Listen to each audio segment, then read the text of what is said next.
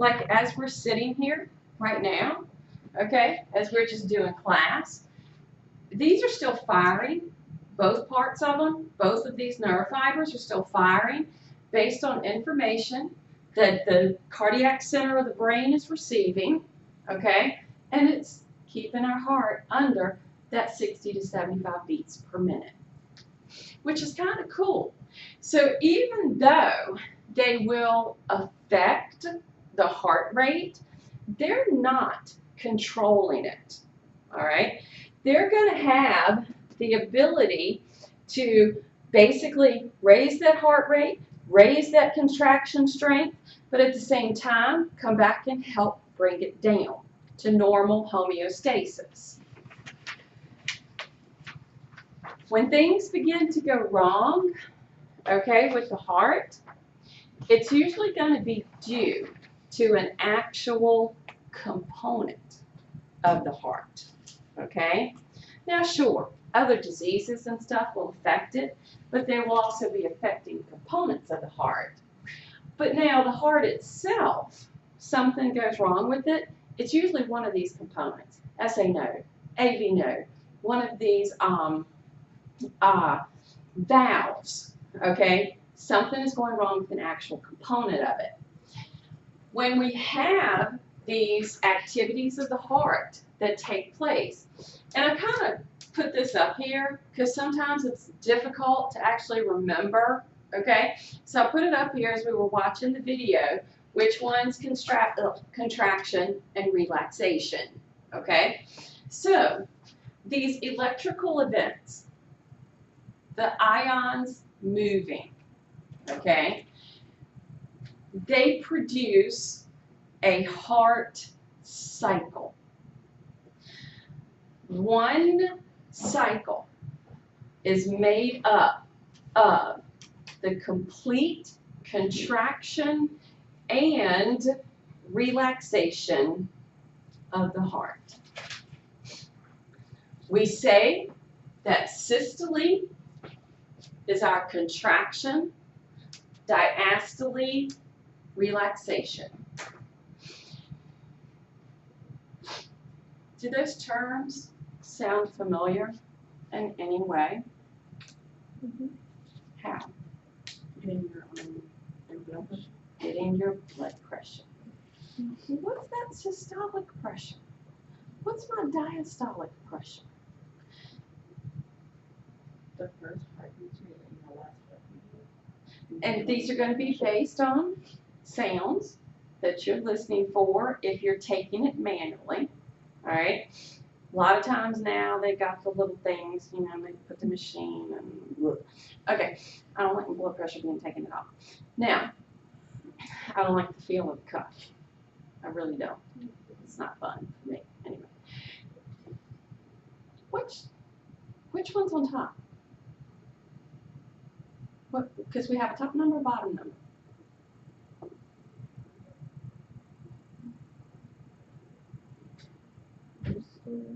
My systolic. Diastolic is the bottom number.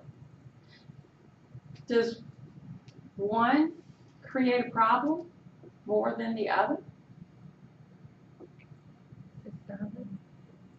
We tend to pay a whole lot of attention to the systolic.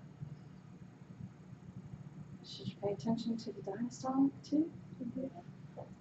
Yeah. Now,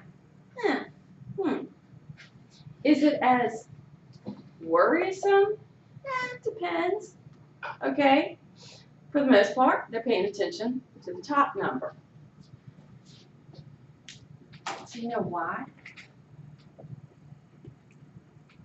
That's the highest number. Do you know what it's doing to a part of the structure?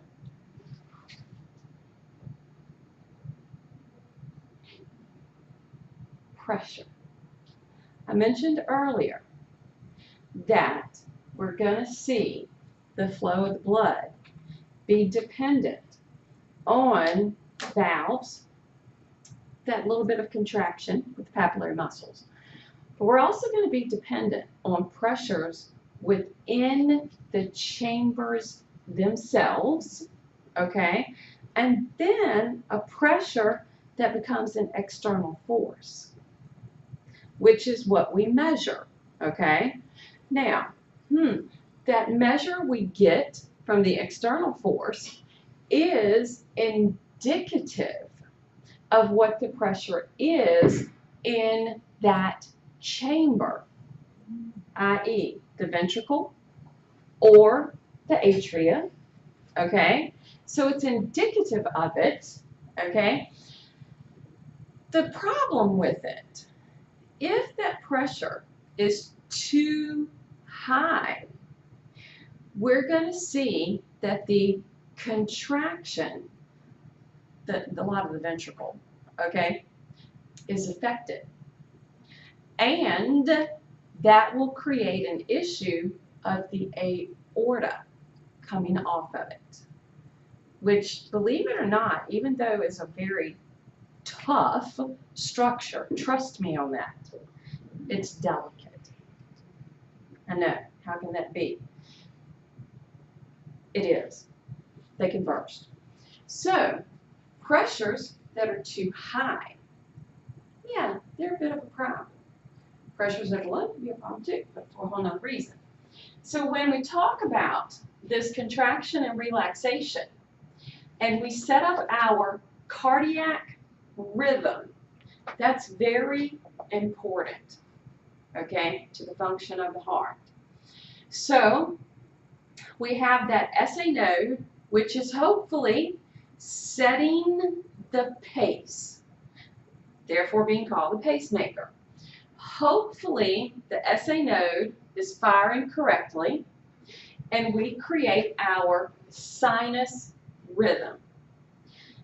Under normal conditions, based upon age, physical conditions, that sort of thing, under normal conditions, usually around 70 to 80 beats per minute, the BPM, okay? If something goes wrong with the SA node firing, and we have to have the heartbeat come from another source, it's termed an ectopic focus. You will hear the doctors go, we have an ectopic focus. This means the SA node is not functioning, and they are looking for the other source of the pacemaker of the heart. The most common one would be from my AV node, which is the next node. Okay, well, the second node, the other node. This would be termed nodal rhythm. You may hear them refer to it as junctional, but note what happens. Look what happens to my heartbeat. My heartbeat drops significantly, roughly to half what it should be with the SA node. Now, that's a problem. When that becomes a chronic issue, now it can happen acutely. Sometimes they can go in, use some medication, maybe shock the heart, okay? Reset the SA node, and you're fine. Sometimes that may become a chronic problem. When that SA node becomes a chronic problem and the physical results, meaning you're going to be tired, breathing's not going to be correct, brain's not going to feel right, muscles are going to be sore, there are going to be a lot of physical results that occur, and then they're most likely going to have to put in an artificial pacemaker. Now, we also have defibrillators that can be put in that address other problems for the beating of the heart, okay? The most common is the pacemaker. The artificial pacemaker, depending on what's needed and everything, can be implanted. Usually, under normal conditions, can lead to the person feeling much better, blood flow's good, their life, their quality of life improves, blah, blah, blah. Okay? The problem with the artificial pacemaker is when when people die. Okay? Because pacemakers literally have to be turned off. So if the person isn't around who has the code to enter into the computer to tell the pacemaker to stop is nowhere around, like I said earlier, a person can be dead, but literally still alive because the heart is beating. And if you've ever had to witness that type of death, it's horrible. I had to watch a friend die that way. And it was horrible. Yeah, we had to wait until somebody got there with the code to turn the pacemaker off. Now, when we look at this SA node, that resting membrane potential, the SA node, it's its own thing, okay? I mean, it's doing its own thing. So, it doesn't have what we call a stable resting membrane potential. Do you remember how with skeletal muscle, we had like a resting membrane potential that could exist? With nerve conduction, we had a resting membrane potential that could exist.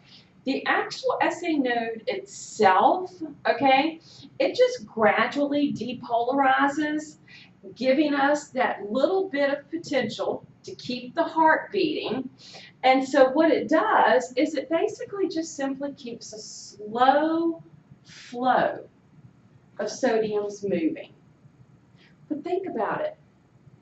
These activities that are going to occur, the SA node firing to the AV node, to the bundle of His, down the branches, through the apex, back up to the Purkinje fibers, this is something that's happening on milliseconds, nanoseconds even. I can't count those numbers, okay? So, this SA node, which is what? Firing in less than a second? I mean, seriously, think about that. The heart beating. Have y'all ever done this number? Oh.